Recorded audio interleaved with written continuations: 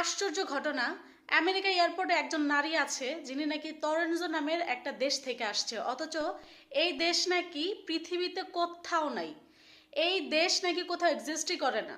বড় বড় বিজ্ঞানীরা, বিশ্বের বড় বড় বিজ্ঞানীরা টরেন্জো নামে যে একটা দেশ আছে সেটা নাকি ওনারা জানেই না, এমনকি তারা দেখেও নাই। তারা পৃথিবীর কতটা দেশ আছে, কতটুক এক একটা দেশে কতটুক করে জায়গা সেটা পর্যন্ত তারা জানে, মানুষ কতজন সেটাও তারা জানে, অথচ টরেন্জো নামের যে একটা দেশ আছে সেটা নাকি তারা জানেই না। এমনকি যেই নারী এয়ারপোর্টে আসছে আমেরিকা, উনি নাকি জেনে শুনেই আসছে।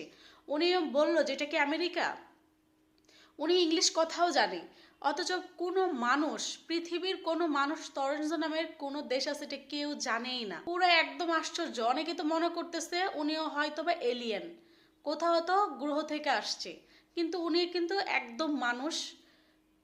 আর সবচেয়ে বড় কথা, উনি নিজেও কিছুটা অবাক হচ্ছে যে এই দেশের নাম নাকি ওনারা জানে না, কেউ জানে না। উনি নিজেও একটু অবাক হচ্ছে। আশ্চর্য ঘটনা। এখানে আরো কোনো কাহিনী আছে যেটা অনেকেই জানে না, তবে নিউজগুলো এমনভাবে ছড়াইতেছে যে উনি নাকি ভিন গ্রহ থেকে আসছে, সেটা কেউ জানে না। উনি আদৌ মানুষ নাকি, কিন্তু উনি তো মানুষ ভাই, তারপর আপনারা কেন এই কথাগুলো বলতেছেন?